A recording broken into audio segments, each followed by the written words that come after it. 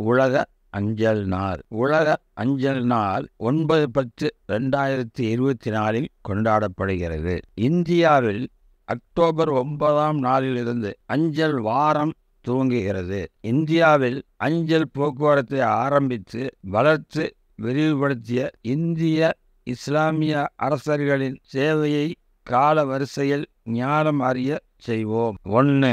முகம்மது பின் காசிம், கிபி 695-715. இவரின் ஆட்சியில் அஞ்சல் துறைக்கு திவான்-இ-பரீத் என்று பெயர். இவரின் ஆட்சியில் அனைத்து பகுதிகளுக்கும் தபால் போக்குவரத்து நடைபெற்றது. 2. கஜினி முகம்மது 997-1030 கிபி. துப்பறிய கால்நடையாக நடந்து செல்லும் செய்தி சேகரிப்பாளர்களை தபால்காரர் போல் பணியில் அமர்த்தினார். இவர்களுக்கு சர்ரன் என்று பெயர். அவசர தபால் எடுத்தும் செல்லும் குதிரை வீரர்களுக்கு கெயில் சர்ரன் என்று பெயர். 3. கோரி முகம்மது 1202-1206. அரேபியாவை முன்மாதிரியாக கொண்டு அந்த முறையில் அஞ்சல் துறையை துவக்கினார். இந்த அஞ்சல் துறையில் தவாக், ரன்னர், குவாசித், மெசஞ்சர், உலச் குதிரையில் எடுத்துச் செல்வோர், ஜமாஜா ஒட்டகத்தில் எடுத்துச் செல்வோர் பணிபுரிந்தனர். 4. குத்புதீன் ஐபக் 1206-1210. முன்பே இருந்ததை ஒருங்கிணைத்து தபால் தூதுவர் முறையை அறிமுகப்படுத்தினார். தபால் சத்திரங்கள் கட்டினார். 5. Genghis Khan 1206-1210. குதிரை தபால் இல்லங்களை ஏற்படுத்தினார். ஒவ்வொரு குதிரை வீரரும் ஒவ்வொரு 3 மைல்களில் உள்ள இல்லங்களில் தபால் பைகளை மாற்றுவர். ஒவ்வொரு வீரரும் ஒரு முறையில் 10 நாள்கள் பயணம் செய்வர். 6.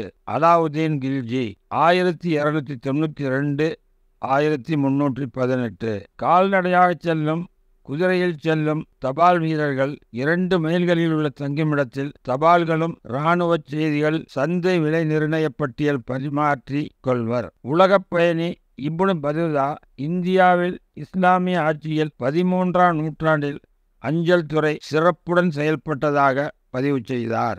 7. கியாசுத்தீன் துக்ளக் 1320-1414 தில்லியில் ஆட்சி புரிந்தார். இவரின் ஆட்சியில் அஞ்சல் துறை விஞ்சி நின்றது.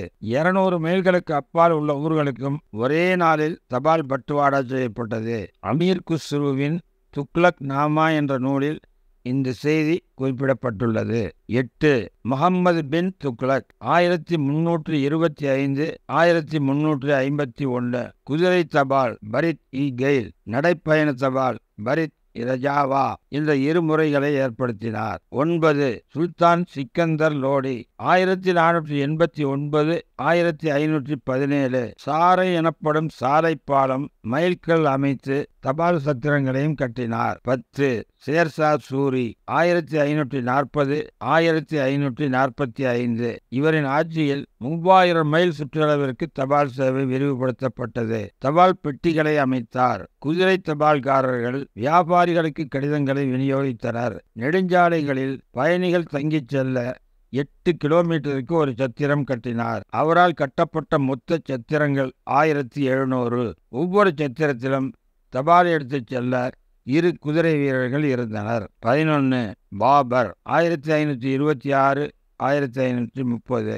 குதிரையில் தபால் பரிமாற்றம் செய்வதை இந்தியாவின் வடமேற்கே காபூலில் இருந்து ஆக்ரா வரை ஏற்பாடு செய்தார். இராணுவத்தையும் தபால் துறையையும் இணைத்தார். 12. அக்பர் 1556-1605. புறாக்கள் மூலம் தபால் பரிமாறும் முறையை அறிமுகப்படுத்தினார். இந்த முறை குறைந்த செலவில் அவசர அரசு தபால் போக்குவரத்திற்கு பயன்பட்டது. மற்ற தபால்களுக்கு 10 மைல்களுக்கு ஒரு தபால் பரிமாற்ற தளம் அமைத்தார். 1605 பரிமாற்ற நிலையங்களை நிறுவினார். 4000 ஓட்டக்காரர்களை ரன்னர்ஸ் நியமித்தார். முக்கிய சாலைகளில் 2 வேகமாய் ஓடும் குதிரைகள் அங்கங்கே மாற்றிக்கொள்ள காத்திருக்கும். 13.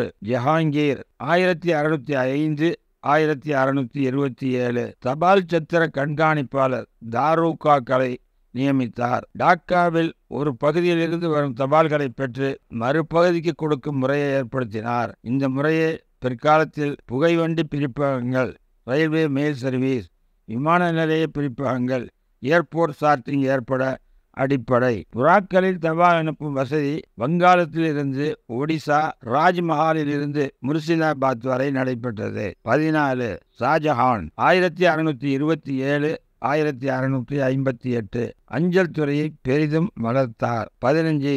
மொயினுதீன் முகம்மது 1658 1707 1 மணி நேரத்தில் 1 மைல் சுற்றளவை தபால் எடுத்துச் செல்வோர் கடக்க வேண்டும். கடக்கத் தவறினால் ஒரு நாள் ஊதியத்தில் 4இல் ஒரு பகுதி பிடித்தம் செய்யப்படும் என்ற சட்டத்தை அமுல்படுத்தினார். இன்று உயர் ஊதியம் பெற்று வேலையை தட்டி கழிப்போருக்கு இந்த தண்டனை வழங்கலாம். 16. ஹைதர் அலி 1761 1782 அவரின் ஆட்சியில் அஞ்சல் பரிமாற்றம் பரவலாக்கப்பட்டது. அதன் பின் ஏற்பட்ட வளர்ச்சியை இறையருளால் அடுத்த ஆண்டு அஞ்சல் வார விழா நடக்கையில் காண்போம்.